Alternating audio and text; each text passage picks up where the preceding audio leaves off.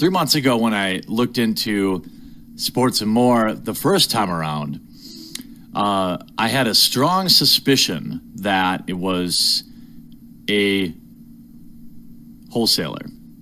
One in particular, I suspected GTS.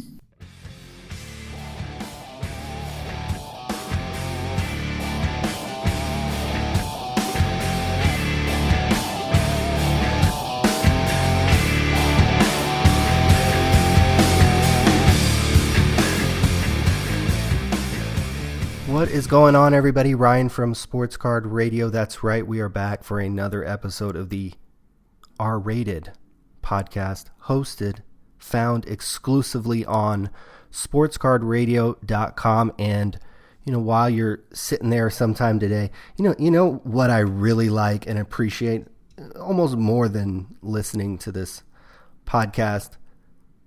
Go on over to Sports Card Radio. Give me some likes. Give me some clicks. You know how much I appreciate that stuff.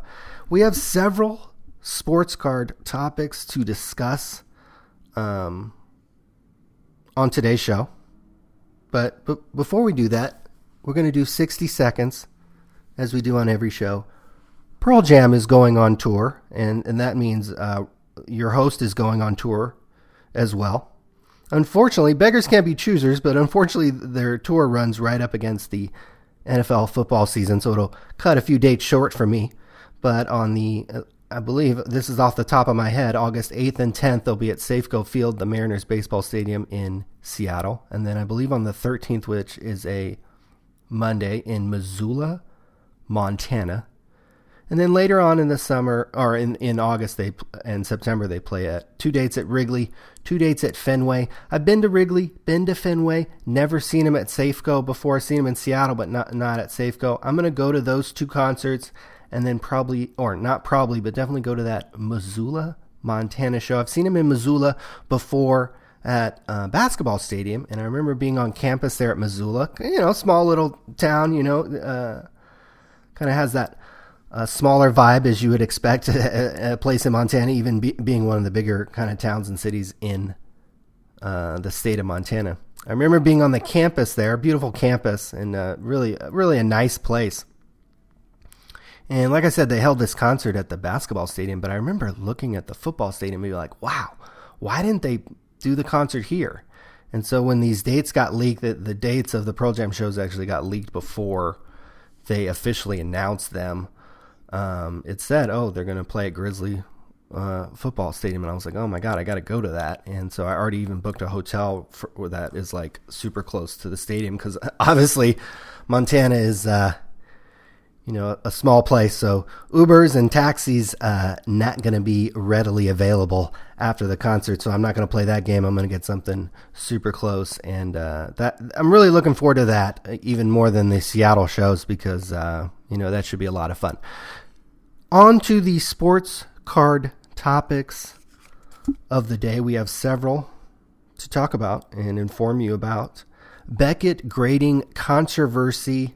And I wrote controversy. I don't know if we can call it that, but we'll talk about how it appears as though Beckett has let Topps dictate, at least in one scenario, one instance, what they will and won't allow Beckett to grade. I mean, it's absolutely ridiculous. We'll inform you of that and give you the details there. Update on the Sports and More out of Pennsylvania. You heard the clip in the beginning. This is something we talked about, I believe, a couple months ago. Sports card shop and online eBay seller just blowing out this Magic the Gathering stuff. And this kind of popular YouTube guy, certainly a lot more popular than I am. I think at the time I watched his video, he had almost 10,000 views on a video that was only up a couple days, just basically laying out that GTS distribution, one of the main sports card distributors, is the one supplying Sports and More, the dealer we talked about a couple months ago. So I'll give you an update there, play the clip, and let you decide or get the information for yourself. Update on the Sports Licensing and Tailgate Show from Las Vegas that I went to. This was excellent. This was a lot of fun. Had a lot of fun. Went for a couple days and hung out. At another conference in Florida that I was not at, but subliminally I was. Apparently, a tweet of mine made the Upper Deck conference. Now, I don't know what portion or when it was, but apparently this was shown on like a projector, and they discussed it at the Upper Deck conference. So when I heard about this, particularly my ego and my head exploded. And so we'll discuss this, what the tweet was, and the circumstances around it. So I thought that was, again, my ego and my head just exploded when I heard about that. Update on the Transcendent Party. This is the first podcast that wasn't the Mojo and Leighton Sports Card interview. So I'll give you an update on the Transcendent Party, a little bit about what it was like and stuff, how it's coming in terms of selling the stuff and all the free stuff that I got and selling it back. Hank Aaron, specifically meeting Hank Aaron, hearing, he talked for about 30 minutes, had a kind of a discussion with a journalist there, kind of an open discussion and some Q&A with Hank Aaron. So discuss Mr. Aaron and Topps even, these card companies can't go a week without fucking tripping over their dick. I mean, it's unbelievable. I mean, some of these guys literally dropped, I don't know, their mother's entire inheritance or something. I don't know where some of these guys are getting their money. Certainly doesn't look like they're working for it, maybe. But excuse me. Topps, tripping over their dick, making errors on these cards, stamping pretty much every card that they gave away in the silver pack one of ones. Well, it turns out a lot of them weren't one of ones. So what a disaster there. And lastly, last thing I want to discuss, and this ties into a little bit of the discussion that if you listen to it with Mojo Break and Leighton Sports Cards in the last podcast we had from the Topps Party, kind of a disconnect between the manufacturers and the dealers, and something I often hear about that hey, the manufacturers don't care about us. It feels like the dealers care more about the industry than the manufacturers, and I'm going to try to explain or put kind of a finger on why that might be. So we'll get going here and start discussing this Beckett grading stuff. So it appears back in December, early December, collector David Bach, and this comes courtesy of Sports Collectors Daily. They wrote an article actually back in early December.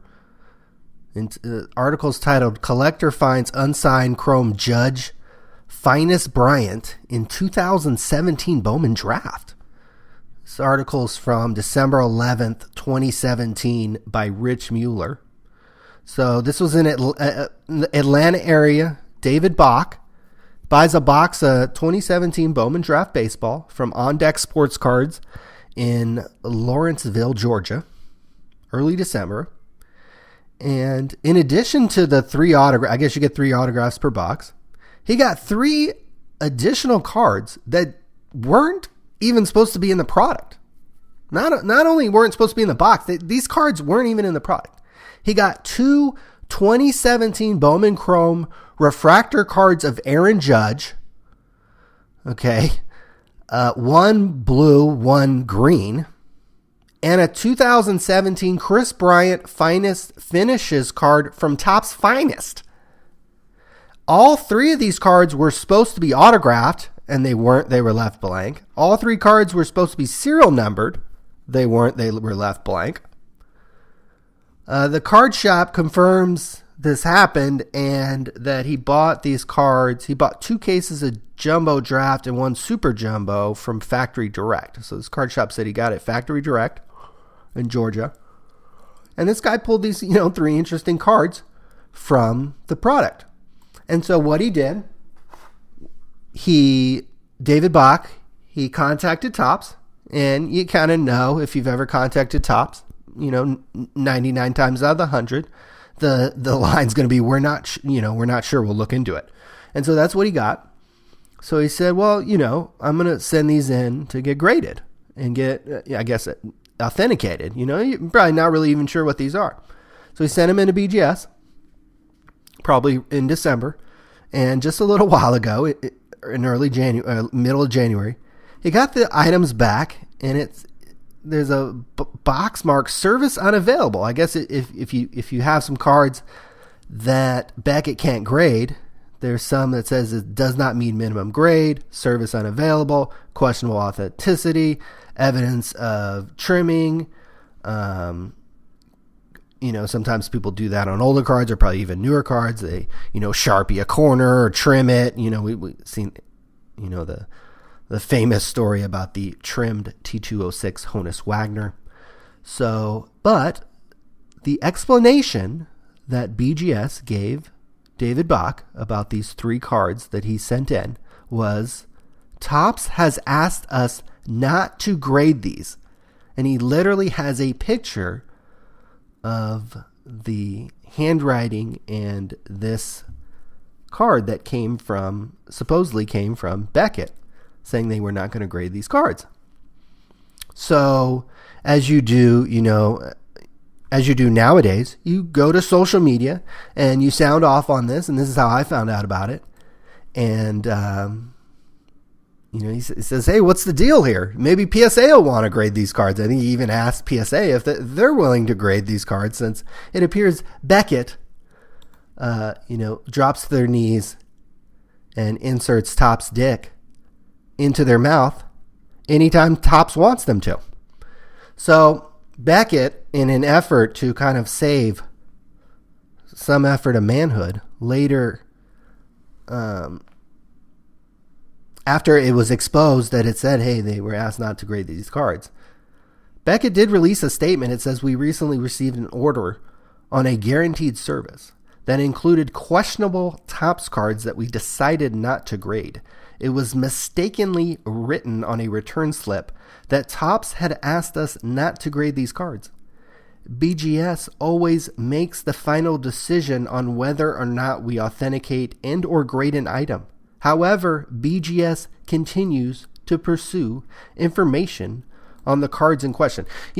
And again, 99% of card fondlers will read that statement and be like, oh, okay, yeah, BGS just made a mistake. Oh, yeah, okay, never mind. Oh, get my order ready, send some more in.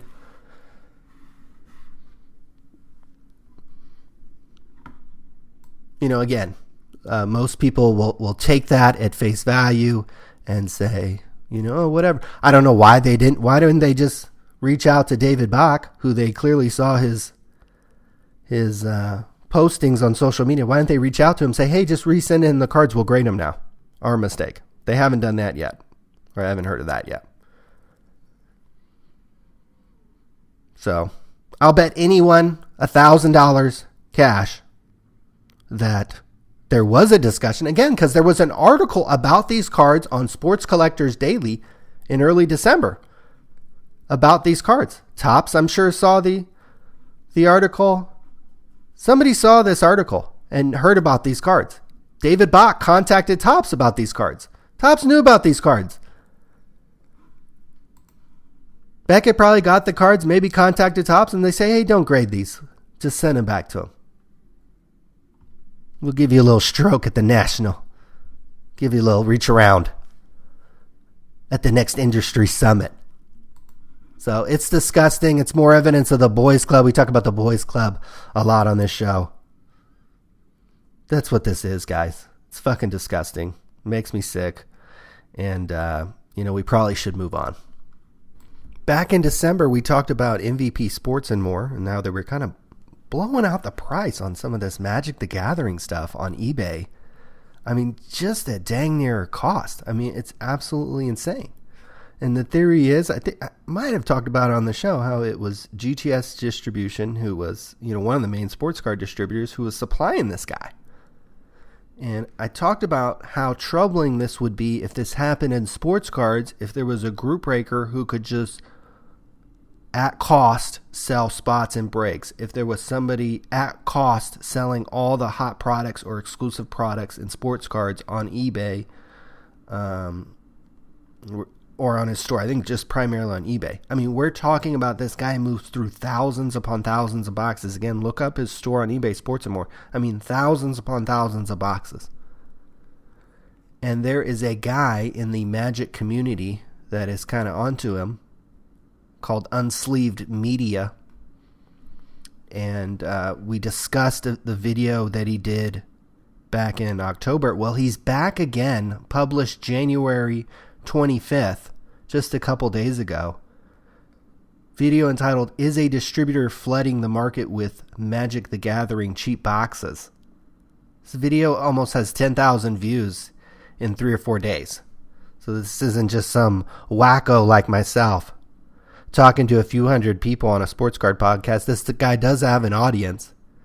And you heard the clip in the beginning. Why don't we go through his thought process on why he believes, at least some of it. It's a 10-minute video. I'm going to play about a minute-long clip. He goes into a lot of discussion about it, but let me play kind of a minute-long clip about kind of his first and I think his main point about why he thinks it's GTS specifically. 3 months ago, when I looked into Sports and More the first time around, I had a strong suspicion that it was a wholesaler. One in particular, I suspected GTS based on a couple of circumstantial evidence. You know, it's just a speculation. I'm not positive, but let me present to you why I think it might be them.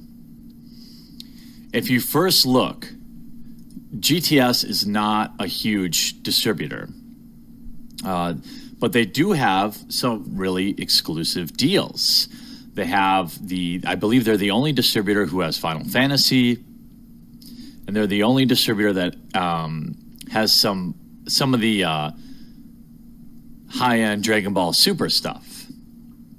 They seem to move a lot of Final Fantasy and Dragon Ball Super, and those are both GTS exclusives, and both are in stock at Sports and More. Most distributors have a hard time getting Final Fantasy TCG or Sports and More, yet they have plenty of it on their website, and they sell it at an aggressive price. Personally, I think that is kind of one of the key points in the whole thing, is that Sports and More, this little tiny, quote unquote, little tiny hobby shop in Lancaster, Pennsylvania, is moving thousands of boxes of exclusive Magic the Gathering product that is exclusive to GTS. So where the fuck else are they getting it from besides GTS? Predictably, it's crickets from GTS's headquarters. They did respond to me a couple months ago, say, no, we keep very close tabs on who we sell to, and it's not us. Well, they sell exclusive Magic the Gathering product. Thousands of boxes on eBay. On eBay. At cost. At less than wholesale. Guys on the sports card dealer net forum complain day after day about this motherfucker, because again, they're not only selling sports card, they're selling Pokecute and Yu-Gi-Oh and Magic and stuff like that. So they bump up against this guy all the time. And a lot of these sports card guys are in with GTS. Our Unsleeved Media guy, he says, GTS isn't a very big player in the Magic game. I'll definitely buy that. But in terms of sports card, GTS is a bigger player than most. So a lot of these sports card guys, might be getting some of their Magic stuff and Yu-Gi-Oh and Pokemon stuff from GTS as well. So sports card guys are furious. All the dealers are furious. The only people happy are probably customers of this stuff because they're able to buy it at wholesale price. And probably GTS. Now GTS, the reason why they would do this is because, again, they get some of these exclusives because they probably promise that they're going to run through so much product. And again, I'll repeat this again. We're on a sports card podcast talking about Magic, Pokemon, and Yu-Gi-Oh. But what stops GTS from doing this in sports cards? Maybe Panini and Topps and Upper Deck have tighter reins on the situation and wouldn't let something like this happen. Or maybe it already is happening at places like Blowout Sports Cards, DA Card World, and Steel City Collectibles.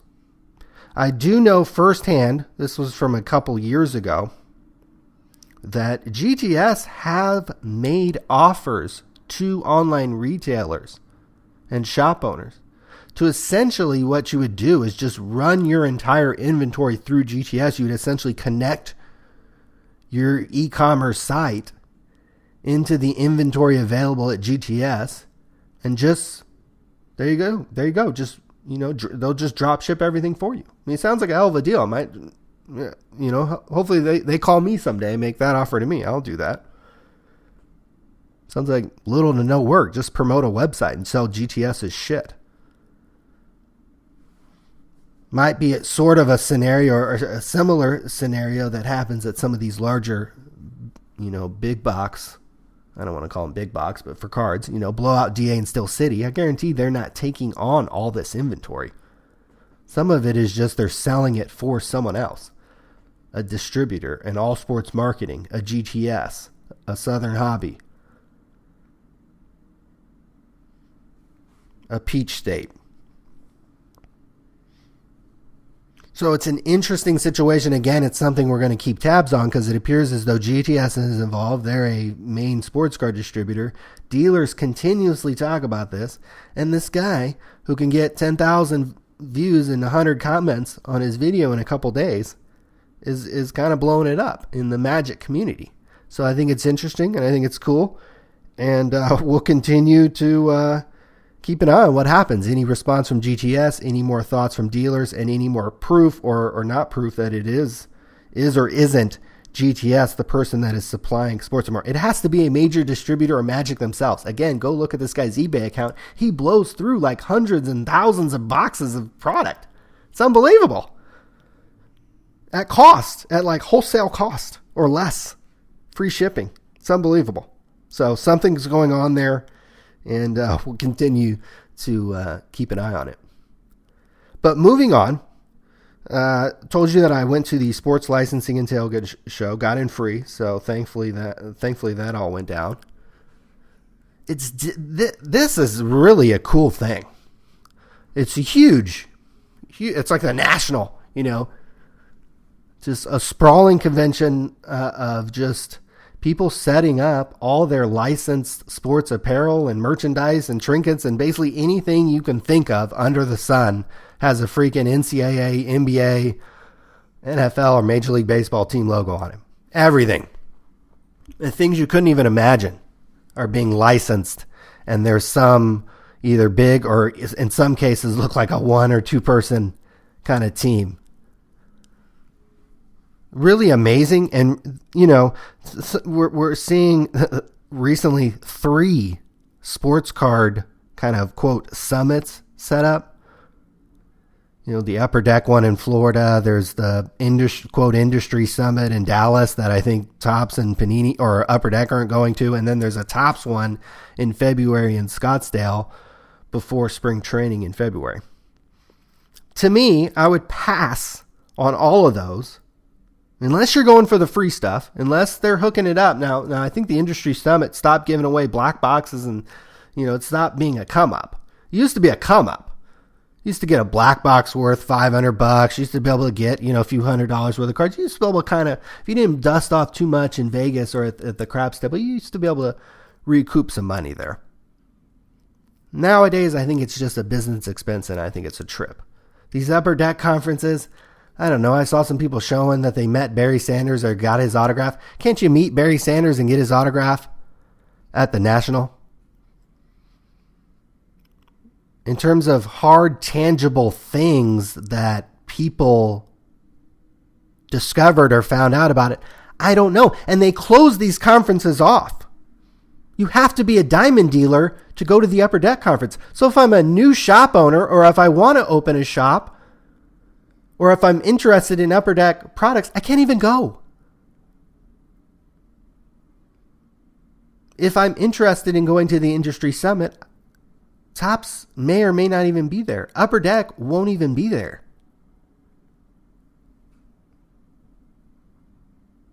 And if I go to the Tops thing, again, Panini and Upper Deck and a number of the other bigger or small players in the industry won't be there. So it sounds like a giant waste of time. Instead, I would go to the Sports Licensing and Tailgate Show.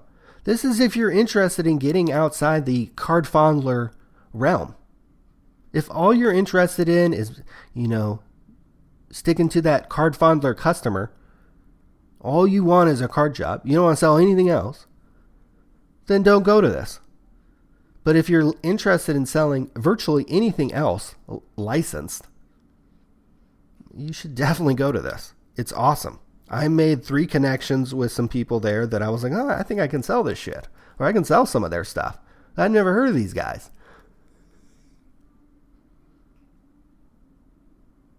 It's a really interesting experience. And boy, if you go there ready to buy, I mean, God, you could get suckled and fondled and licked. I mean, these people are ready to make deals. And like I said, there is hundreds upon hundreds of tables and booths and setups with people selling anything and everything under the sun that is licensed sports. And if you have a brick and mortar store, boy, you are ahead of the game. And they would much rather sell to you than someone like me who sells on eBay and Amazon, doesn't even have an e-commerce store, wasn't even there as a buyer. I got in with a media pass, but I still was able to make connections because I was like, yeah, I sell some shit, and hey, I'll set up an account. I'll call you. I could fucking move some of this shit. So it was really worth it for me. Again, it was free, and I live in Las Vegas now, so it was right down the street. For most of you, it would be a trip having to come in here. And certainly some expense there. But worth it. I think worth it. And Panini and Upper Deck were there. If you did want to fucking lick nuts with, the guys from Panini and the guys from Upper Deck, you could do that. Topps was not there. I did have an enjoyable experience, on a side note, meeting with people from the Thai Beanie Babies company. If you don't know this, I talk about all these ways to make money on this show. Scalping football tickets, selling shit on eBay and Amazon, all this kind of shit, having a website. The best thing I ever did was in 2012 spend 4 or 5 months setting up this Beanie Baby website that has paid me thousands upon thousands upon thousands upon thousands of dollars, and I never have to fucking work on it. I never have to pay for the traffic. It's unbelievable. It's unbelievable. So meeting with actually people, sales executives at the Thai company was certainly a highlight for me. Another highlight for me. This came out of the Upper Deck conference.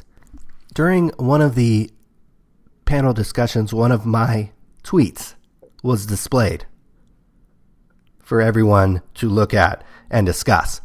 So my ego and head has exploded, and why don't we read that tweet and discuss? This was on September 14th, 2017. Great job by Panini. Hope this is a trend. Dealers, breakers, and distributors don't deserve the margin they make. What value do they provide? And I showed 3 pictures, all of the same product for sale. 2016-17 Panini Immaculate Basketball. And Panini sold first off the line boxes on their website for $425. They promptly sold out pretty quickly, I imagine. On blowout cards, they were pre-selling 2016. This is a pre-sale. 2016-17 Panini Immaculate Basketball for $580. DA Card World had it at $609, $610. So Panini sold first off the line boxes for $425. Pre-sold them. Meanwhile, Blowout had it at $580. DA had it at $610. So again, I was giving kudos to Panini here because I was like, why in the what fucking value is Blowout Cards providing me for $155 more than what I could have got it on Panini's website, or maybe what Panini would have sold these at? DA Card World is fucking charging almost $200 more per box to just put this in a box and send it to me. What the fucking value are they providing? Why couldn't all these boxes cost around $420 or $450? Again, I buy and sell stuff too. I don't mind dealers making money. But on a box that Panini is selling for $4.25, why the fuck is Blowout selling it for $5.80 and DA selling it for $6.10? Last year's basketball didn't get really that hot until Ben Simmons started playing this year. And this tweet was before Ben Simmons had played an NBA game. This isn't the hottest of hottest shit that Panini was selling. So this tweet was shown at the Upper Deck conference, and I wasn't there. And they don't videotape these things. It's not a very professional conference that they don't videotape this stuff and distribute it, at least to the attendees there. You can't get a copy of it. Most conferences I've been to, you have access to that. But what they were probably saying is, oh, hey, we'll never do this to you. We'll never undercut you. And while Upper Deck does sell boxes direct through ePack, they tend to be more expensive, at least out of the gate, than you could originally wholesale pre-sell them for. So again, I see Upper Deck's angle here. They're trying to say, hey, we'll never be like Panini and sell, boxes for $425. That who knows what Blowout and DA are buying them for.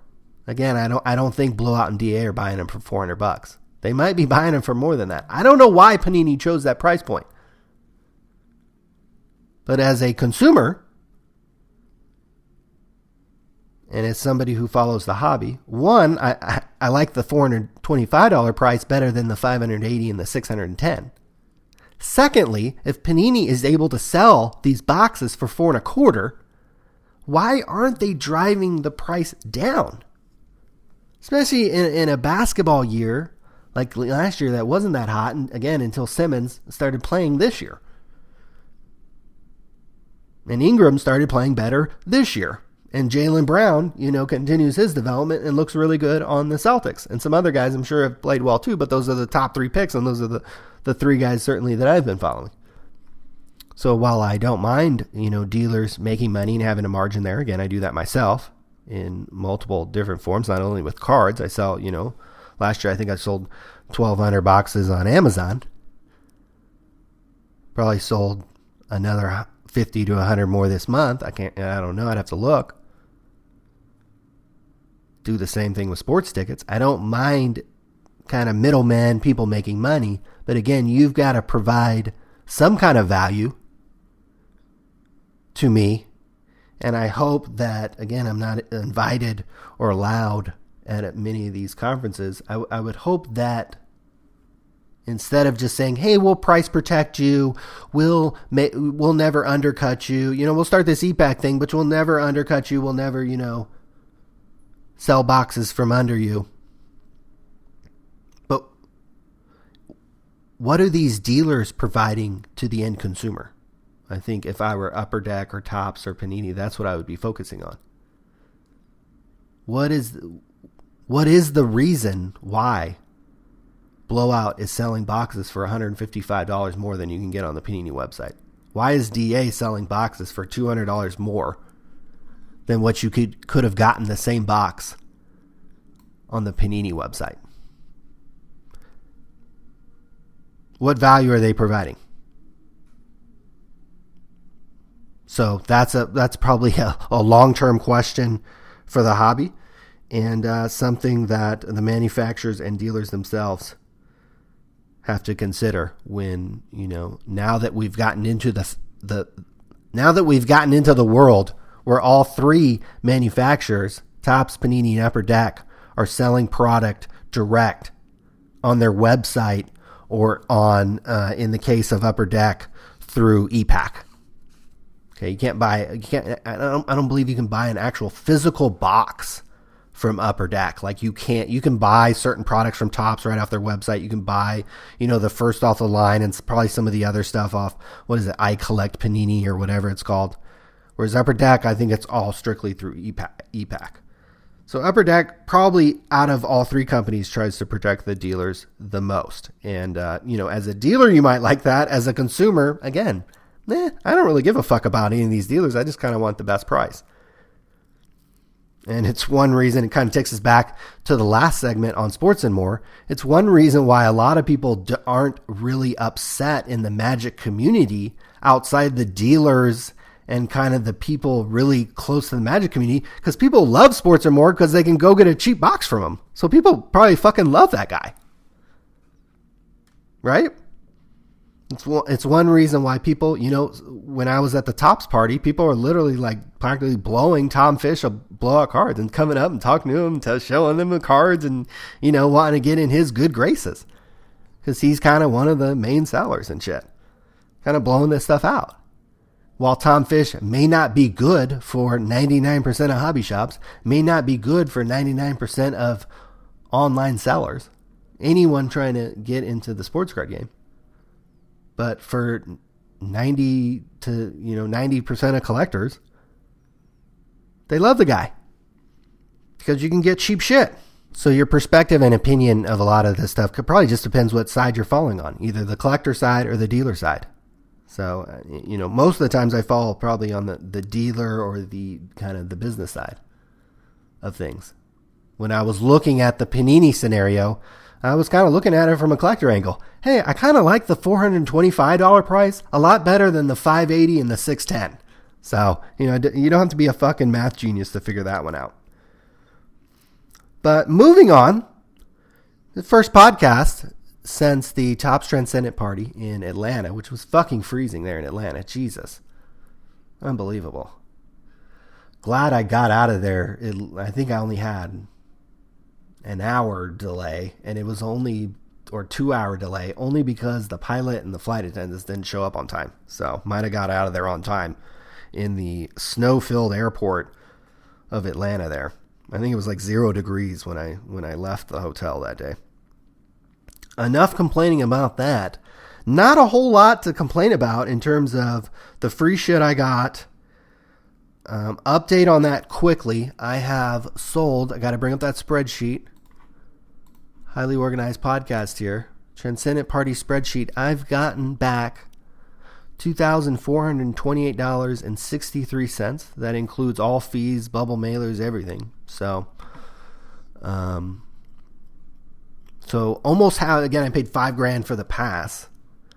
Bought the flight with points. Got a free hotel room from Topps.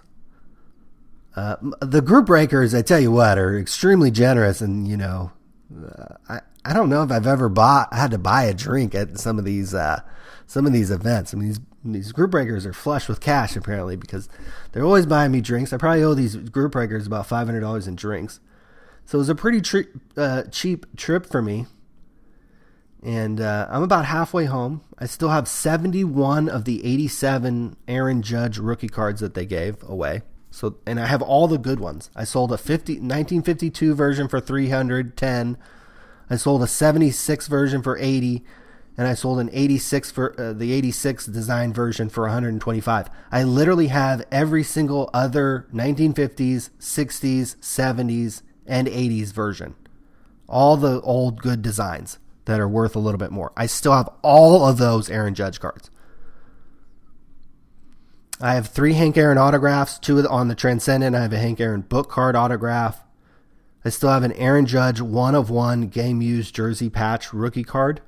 It's probably worth, I don't know, $300 to $500 maybe, depending. I have probably another 5 or 10 1/1s that I haven't listed, and I probably have another 15 1/1 cards from the silver packs that haven't sold yet that I'm just going to wait. It is going to end up being a come up, probably just from the rest of the Aaron Judge cards. Just selling those, I should be able to get to 5,000, and then everything else will be gravy. I think I'll hold out, not sell any of the Hank Aaron stuff until the very end, and even then I might keep that stuff. I haven't decided yet there on the Hanks. It's not something that really goes down in value or something that I'm really need or want to sell right now. But it'll end up being a come up for both me and my brother, and a free trip to Atlanta and a free trip to a Tops party, and it'll be profitable. So you can't get much better than that. In addition to that, met Hank Aaron and heard his long discussion, and if I had done this podcast right after, I probably would have had more insight because it would have been fresher. But I kind of got a lot out of that, actually. His talk and kind of meeting him. First of all, he seemed genuinely happy to be there, and he seemed like a cool guy. I mean, I really liked Hank Aaron. I was really impressed with him, and I'm a big fan of Hank Aaron. I think a couple things that I took from him. I love that he probably mentioned like 5 times that he probably mentioned at least 5 to maybe 10 times the money that players make today in the MLB. And I just fucking love that, because I could just imagine being somebody of Hank Aaron's stature. And while oh my God, it seemed like he really wanted to be at that Tops party. His wife was there, and it might have been even maybe his kids or somebody. He kind of had a contingent there, and he seemed really happy to be there, and really gracious. But I think if he had his druthers, he would be playing today and be making God knows what Hank Aaron would make, $250 million or more if he signed a contract today. Hank Aaron could probably sign a 10-year, $250 million contract in his prime, in his mid-20s, late 20s. It's something he thinks about every day, and I love that. I love that. I don't think it's bad to have a chip on your shoulder about that. I think it's probably one of the reasons that made him great. Again, he was, he's the second all-time leading home run hitter behind the greatest baseball player of all time, Barry Bonds. Hank Aaron played in an era much more difficult than Bonds for a number of reasons. One, he didn't use steroids. 2, probably the ballparks and the balls themselves were probably a little deader. The pitchers didn't throw as hard, so you had to generate more force to get the ball over the fence. And to top it off, and probably the fucking capper, is he was black, playing in the South, chasing the old man white bread ghost of Babe Ruth's record. And you can bet your entire card fondling collection that there was a host of people around the country, and certainly in the South, that didn't want to see anyone, and especially a black man, break that record. So Hank Aaron faced many more challenges, not only on the field, but certainly off the field, than players today. And he didn't fucking get paid like what these guys are getting paid today. And I love that he mentioned it fucking 10 times. I love that it even said, it doesn't really bother me what fucking players make today. He didn't say fucking, but it doesn't really bother me what these players make today. But yeah, it fucking does. It bothers you. And I don't fucking mind that one bit. In fact, I love it.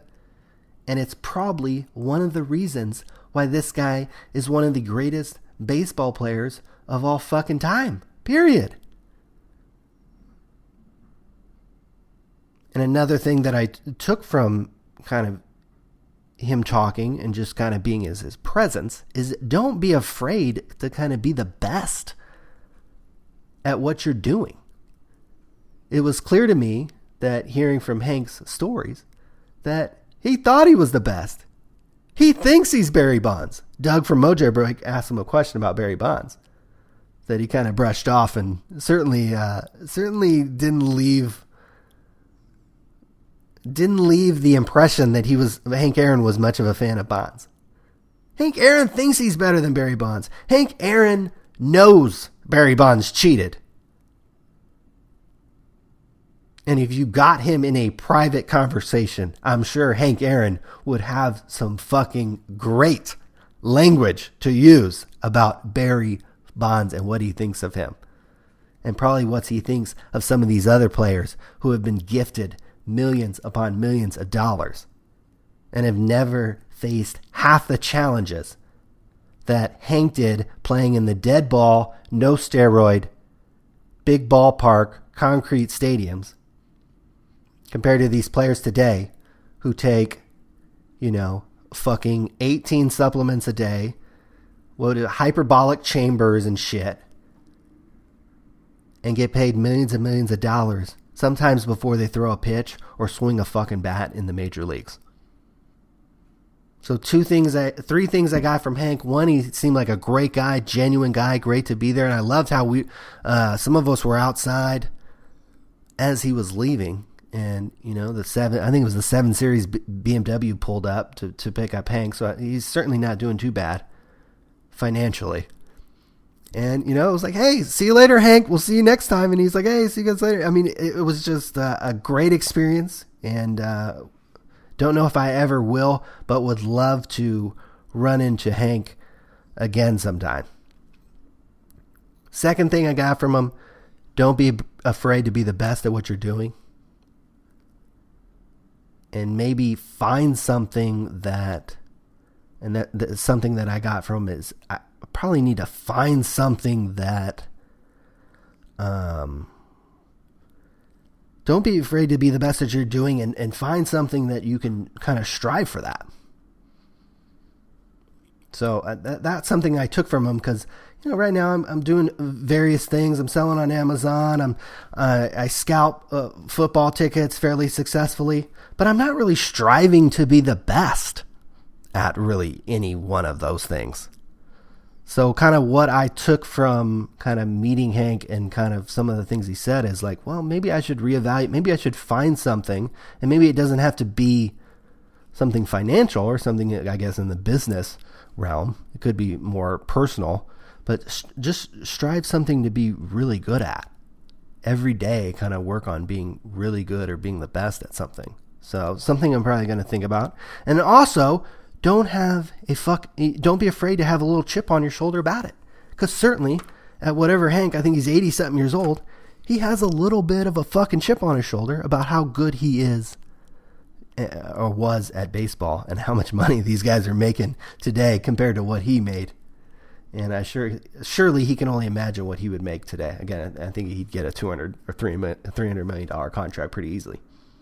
Lastly, Topps fucked up the silver packs. They literally stamped pretty much every card out of there 1 of 1 when some of them obviously weren't. I pulled 2 Benintendi 1 of 1 autographs out of my silver packs. But before even Topps came out with a statement, I noticed, I was like, God, these are the same fucking card. And they're both stamped 1 of 1. So sure enough, Topps released a statement, or they emailed us and said, yeah, well, we fucked up. Here's the actual print runs. And, that's kind of about it on that deal. This is another scenario where these fucking stupid card companies put their dealers, someone like me who's not really a dealer, but I'm trying to sell these cards, in a really tough spot. Because I want to I paid $5,000 fucking dollars to go to this party. And I want to sell these cards and get at least some of my money back. It looks like I'm going to make money on it, but even still, I want to get some of the money back. But I don't want to misrepresent a Benintendi 1 of 1 rookie autograph when it really isn't. And there are actually 3 of them. And I have 2 of them. They're all stamped 1 of 1. So you put your dealers and you put your sellers and you put these fucking attendees. Some of these guys paid a lot of money to go here. Paid a lot more than I did. I mean, some of these guys were walking around with 4 or 5 passes. How do you think they got them? Some of these guys opened personal cases at $25,000 a clip to, quote, build the set. These weren't dealers, some of these guys. Some of these guys spent $25,000 on personal boxes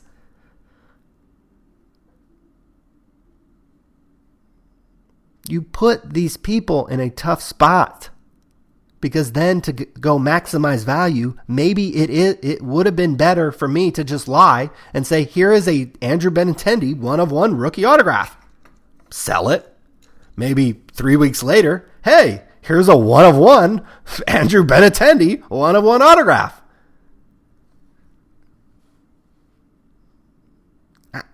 I don't know.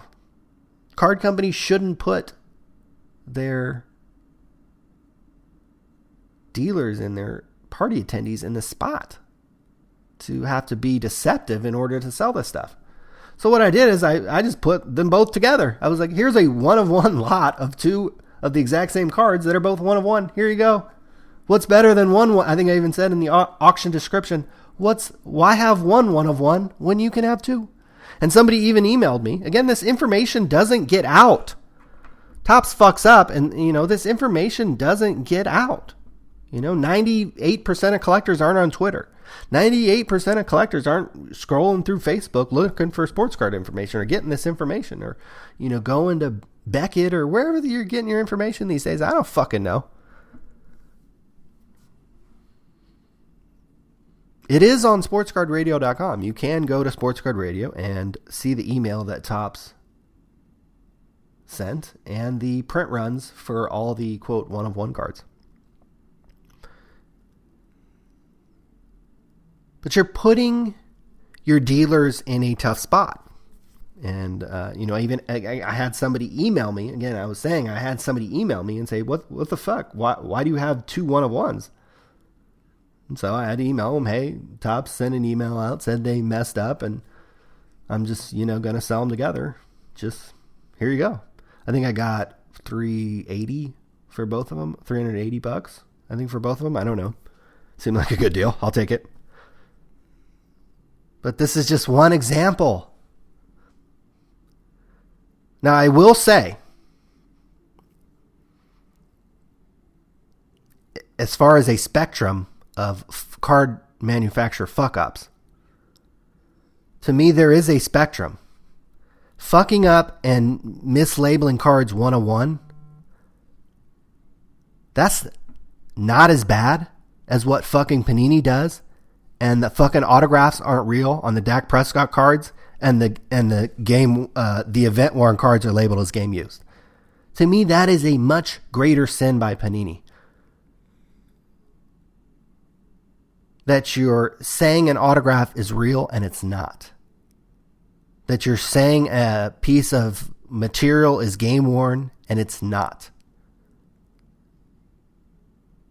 To me, that is much worse than what Topps did here and mislabeling cards 1/1.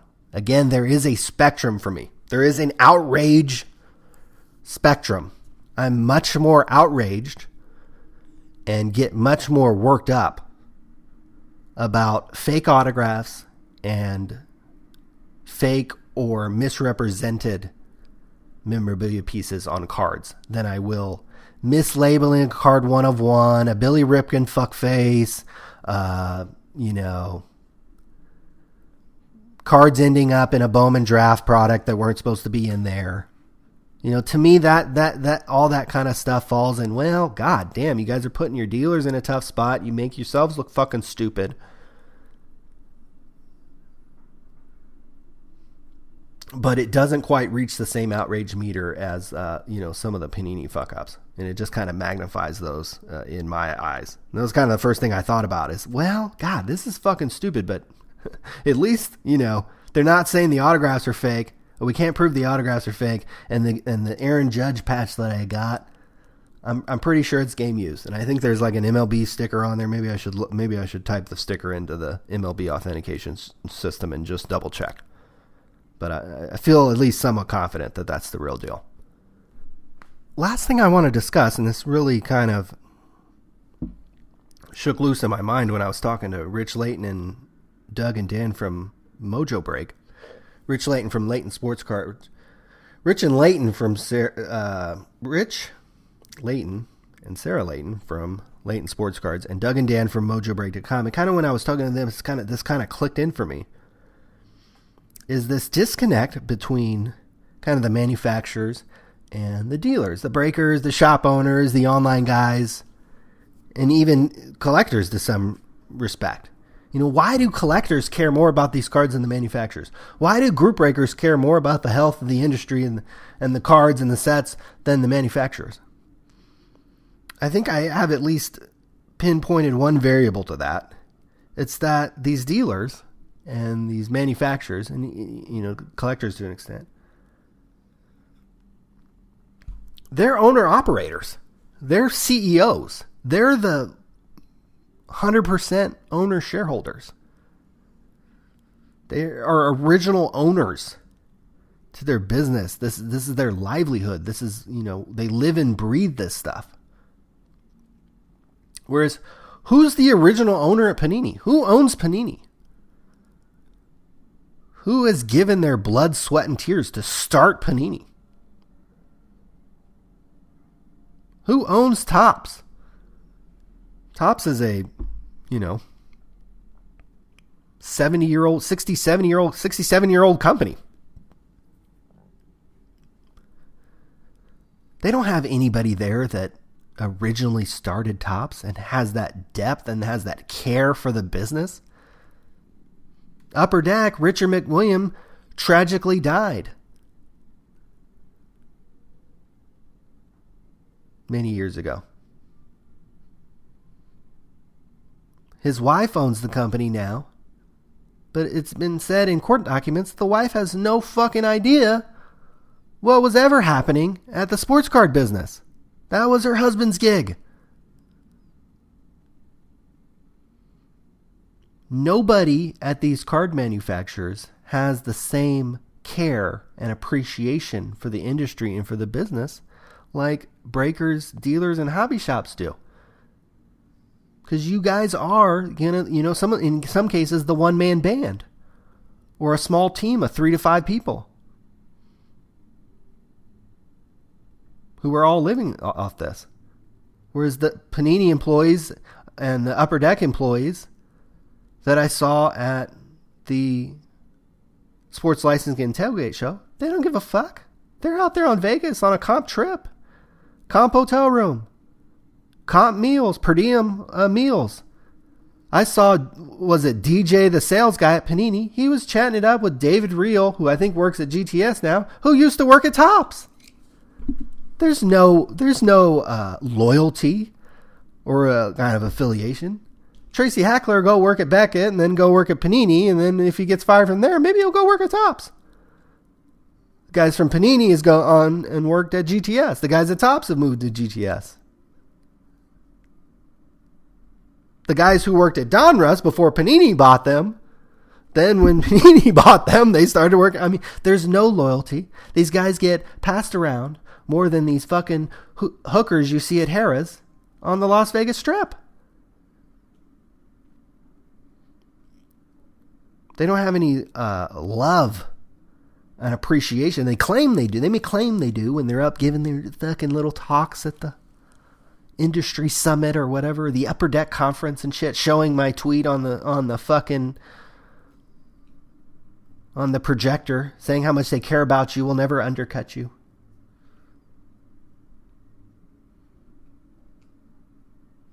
These guys at these card manufacturers don't care as much about the industry as you do, as you dealers do. Shop owners, breakers. It's one reason why on this show we do discuss some of the card employees, because I believe it is important.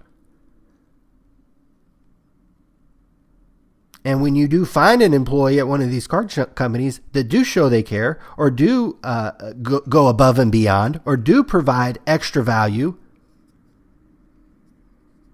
I think it can help a lot, because none of these card companies are getting that type of day-to-day blood, sweat, and tears from an owner-operator, from an original owner, from a Steve Jobs, from a Bill Gates, from a Jerry Buss, Jerry Jones. Some of these guys, some of these owners who have so much money and don't give a fuck.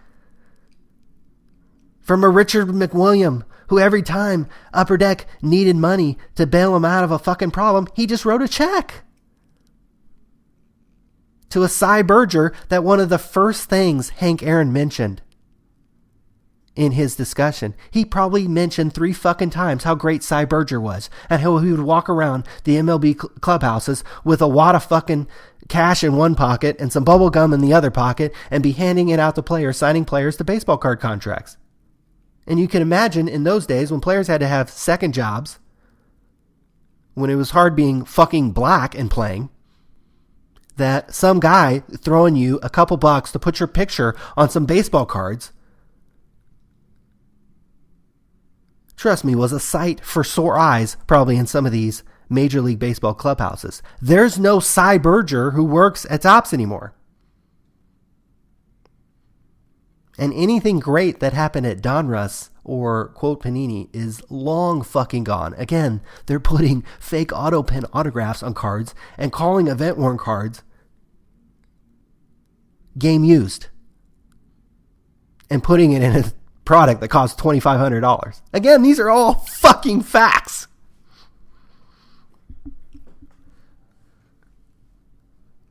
Meanwhile, when a group breaker screws up or a hobby shop, it could fuck up their entire business. You could turn into Brandon Cook's 99. You could end up on American Greed like Bill Mastro.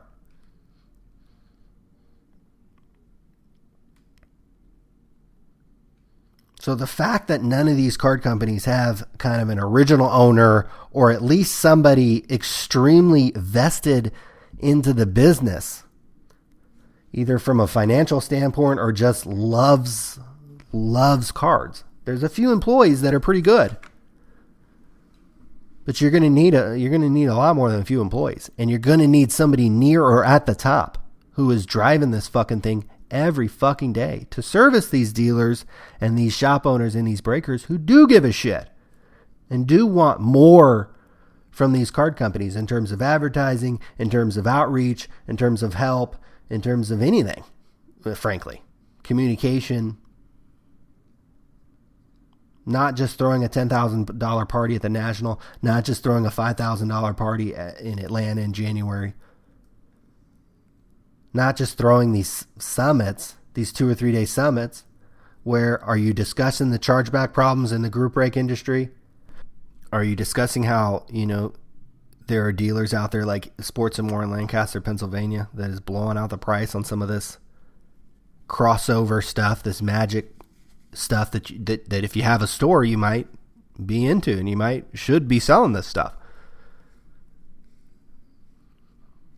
Is there discussion about this guy who basically is blowing thousands of boxes out on eBay at wholesale cost? What is the actual discussion and kind of business help you're getting at these summits? When I was allowed to go to the industry summit and when all the card companies were there, I thought it was useful to get everybody together, and I think that can be incredibly useful. You can have discussions, I think probably more so than any of the panel discussions, which I found mostly useless. What is useful is getting kind of everybody into kind of one room, and you can have, more private discussions. I mean, I went to the Topps party to go to the Topps party and for it to be a come up, but I also talked to the 2 group breakers who provided me some insight into, again, what I'm discussing now, kind of this disconnect between manufacturers and virtually all the dealers. Pretty much every dealer is an owner operator. There are no dealers that have gotten so big that they've passed hands and shit. Even Blowout and DA and Steel City. These are still the same original guys who started these things, back probably 20 years ago or more. Blowout, I think, came on about, I can't remember, early 2000 maybe, late 90s maybe. I remember he didn't have a website. He would just send out an email. Here, just let me know what cases you want or whatever. I remember that. Remember buying a case off him or a couple cases off him back in the day, back before there was a a blowout website. But even those guys haven't left.